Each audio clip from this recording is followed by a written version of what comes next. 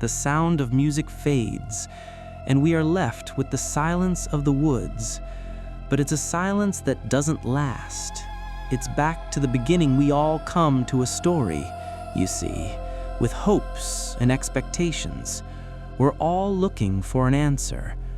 But sometimes it would be better to live with that hope without ever knowing the full story. Because in a horror story, there are only victims and monsters. And the only trick that matters, is not to end up as either. But the problem is, trapped by the genre, we are all ripped to pieces along the way. This was not the story I hoped it would be. This was not the ending I wanted. This story, I realized with a cold dread, would eat us alive. This story itself was a monster. And monsters, as we would learn, monsters wear many faces. The rain was falling on Cauldron Lake, a cold, constant drizzle that felt like home to only one of them.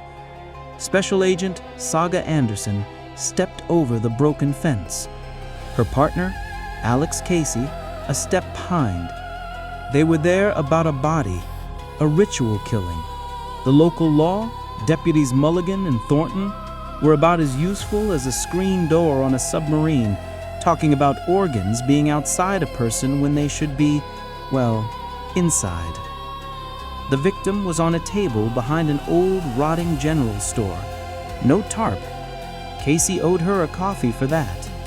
And as Saga examined the scene, the pieces started to click into a grim picture. The body was positioned, ritualistic. Wrists bruised from cargo straps, a stab wound, chest cut open. The heart was removed. It matched the previous murders, but this time the heart was left behind, a clue. And the victim? Deputy Mulligan identified him with a grimace.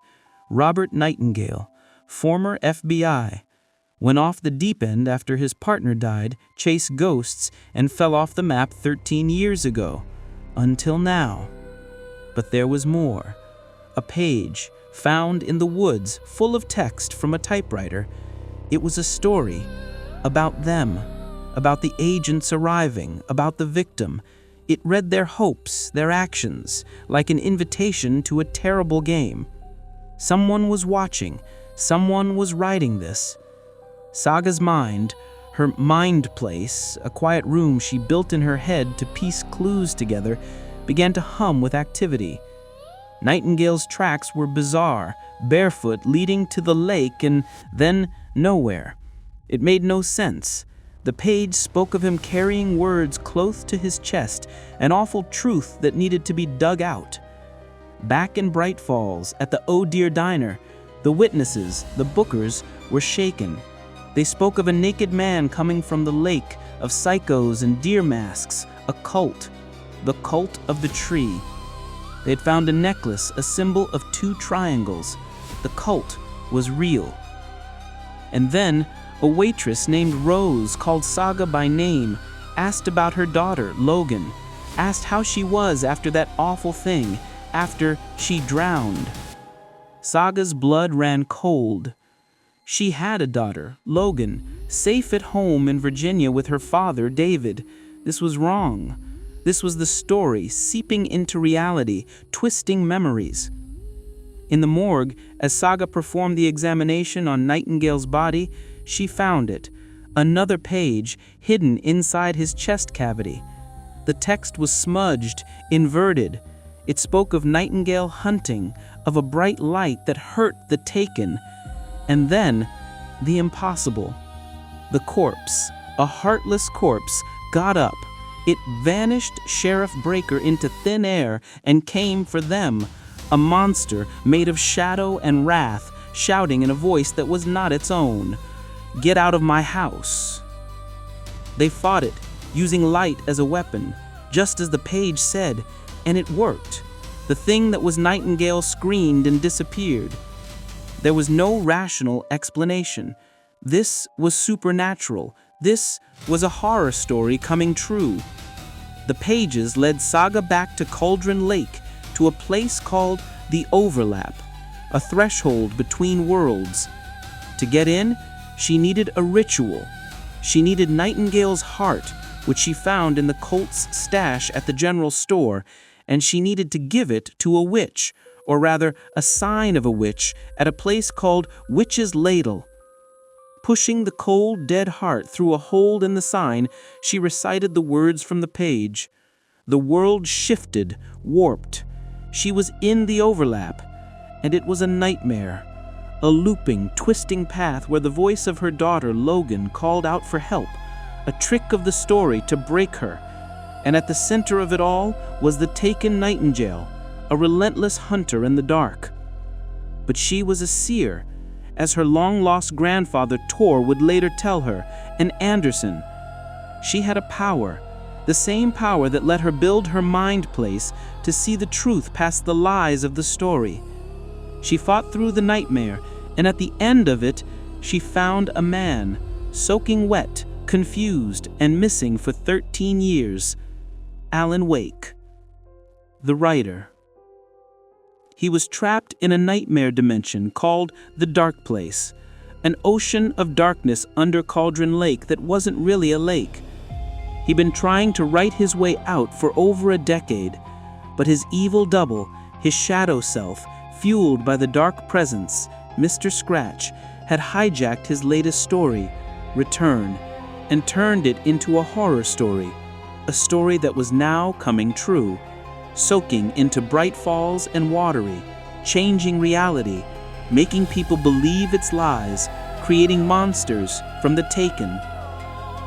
Wake explained he needed a magical object, a clicker, a light switch from his childhood to amplify a new ending and send the darkness back. But the cult of the tree had it. They saw Wake as the source of all their problems and wanted him dead. Saga's journey became a race against the spreading corruption. In Watery, she fought through a twisted, flooded version of the town, confronting the cult of the tree at their workshop, only to be tricked by Scratch, who was pretending to be a captured Wake. He stole the clicker from her, and in the ensuing chaos, the dark presence, now in control of her partner Alex Casey, threw her into the depths of Cauldron Lake. She woke up in the dark place, in a corrupted version of her own mind place, her fears and doubts and guilt weaponized against her.